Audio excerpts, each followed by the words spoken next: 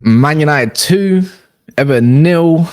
But yeah, before I get into it, look, I'm not enthusiastic about this whatsoever. But if you are here, please smash the like button. The like button goes a long way. Of course, and subscribe if you're new, if you enjoy the content. And this is obviously another base short form video. And if you're a Man United fan, look, let's get straight into it. I'm not impressed. And you know what? Was I expected to be impressed? No. So the expectation in this game was maybe Everton can get something, but I was always under the impression that we should win because Everton are really that bad and they're just worse than us in probably all areas of the pitch. Yeah, I would say we had some moments. We could have executed some stuff in better situations. You know, Bruno as well. I thought he was actually all right, to be fair. He could have played better through ball. Same with McTominay, but you know, his vision is arse and cheeks, as we all know. So yeah, man, like nothing to really expect from this team. But I'm glad we got 3 points. I'm happy that we got 3 points, but it's the same issues over and over again. The match itself was arse. Like the quality on show was so poor that you could not even appreciate the game the way you would probably want to appreciate the game. If you like that kind of scrappy setting, that's down to you. But for me, I like good football. I like attacking football. I like to see quality. And I'm not going to lie, Man United wasn't far off of Everton's quality. Luckily for us, look, Everton had like 20 plus shots against us. And that's just a major issue. Whether their loads are on target or not, I think they had like 4, maybe 5 on target. It's not the point. It's the point is the way we concede some of these. Like if you're watching the game itself, it's just like Anana was getting peppered with many shots, and I thought Anana was, for me, Anana was our man of the match. I don't know about you lot, maybe even Johnny Evans, or even maybe even Delo. Nah, not Delo. But the way I look at it is, it's just another jammy win a little bit. I mean, Garnacho winning the penalties. I'm not gonna knock that. To be fair, he won both of them fair and square. I reckon maybe one of them we might have even got a goal out of it. But it was a solid 2-0. I don't think Everton really troubled us in the box, if that makes sense. But when it came to like, you know, when we headed or cleared the ball, then Everton had their chances. Dwight McNeil, like just about skimming past the goal itself that could have easily went at the back of the net. You know, maybe some choices that they made were quite poor, but that was just like, it's nothing unknown. So it's, again, it was to be expected that they're going to miss because their striking situation is pretty bad. Any other team that's pretty much got a bit better quality than this game might have turned out to be like another Fulham type beat.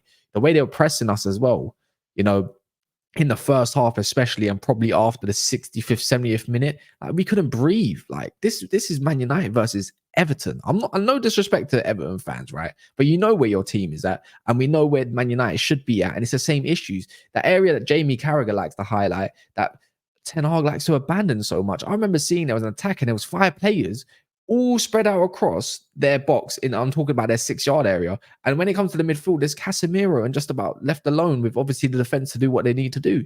In that aspect, it was poor.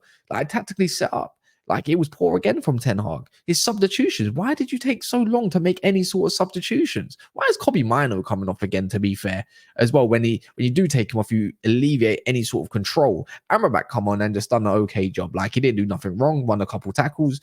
Cool, that's fair. You might want to rest him. The guy's 18 years old. You might want to protect him. Fair enough.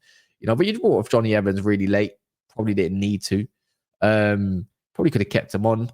Or you could have actually taken him off a lot earlier just to avoid any sort of injuries due to his age, obviously at 36, playing at a high level or high standard.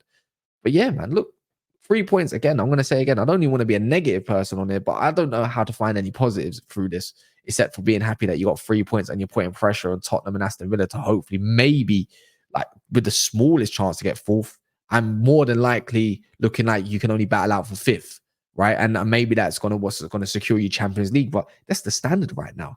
That is the standard. We've got Liverpool next week. You know, it's D-Day for us. You know, they're in good form. They're in firing form. And after Sunday, if they win, they're going to be buzzing and they're going to take that momentum. And the last thing I need to be doing is seeing a loss to Liverpool through that. So where's the good performances from Man United to get over the line against such a Liverpool team? I know they're not going to play low block, but I need to see a little something, a little 2-2 something.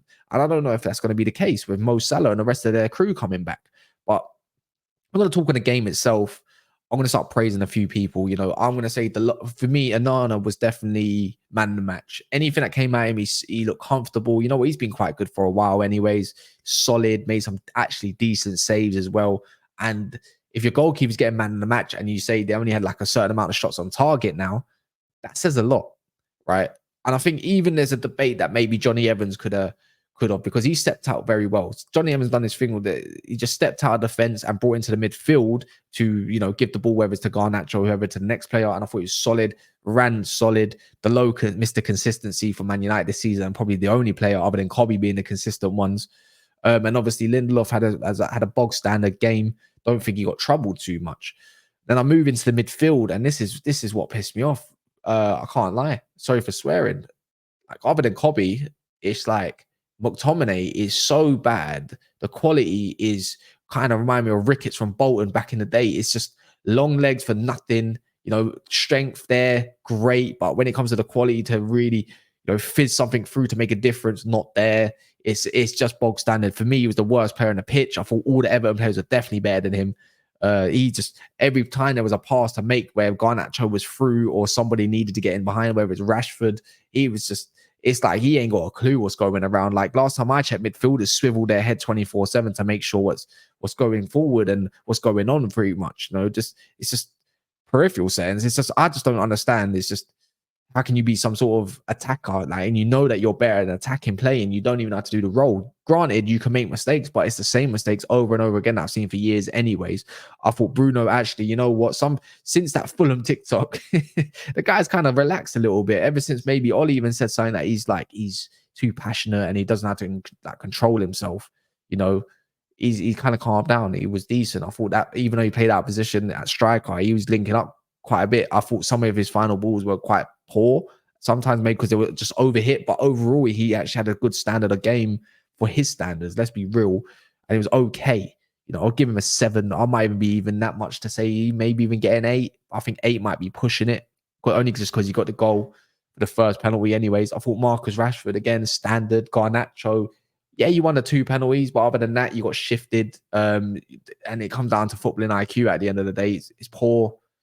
I'm not impressed by the final third decisions, but you're young. He's young. So I don't really get on him too much. There's a lot to improve, but can I see that potential? Yeah, I can. Of course you can. With good coaching, you can. But right now, we don't have a good coach, clearly. I don't know if I missed anyone. Casemiro. Oh, please. Oh, please, man. I've never seen a player go to ground so much in my entire life. Like, honestly, this guy's slide tackling. He looks like he's going to kill someone at times. He's giving away the ball in dangerous areas. And actually, thanks to him, he nearly conceded, but he got some vital blocks in. But other than that, it's just like, where's the ability gone all of a sudden? Is it because the team's that bad, or the way it's set up, or is just that is your legs gone? Because sometimes he made a good pass into the middle of the field, and then sometimes it's like, what are you doing? Like, you're looking like Bruno Fernandes when he was playing a little bit deeper. But look, 3 points on the board. You're a Man United fan, I suppose. Just be happy with it. That's what you're going to get told. I'll be happy you won. Da, da, da, da, da. And then when it comes to next week getting battered, you want to complain. So is what it is. Yeah, man. Smash a like on the way out, I suppose. Yeah. Onwards and upwards.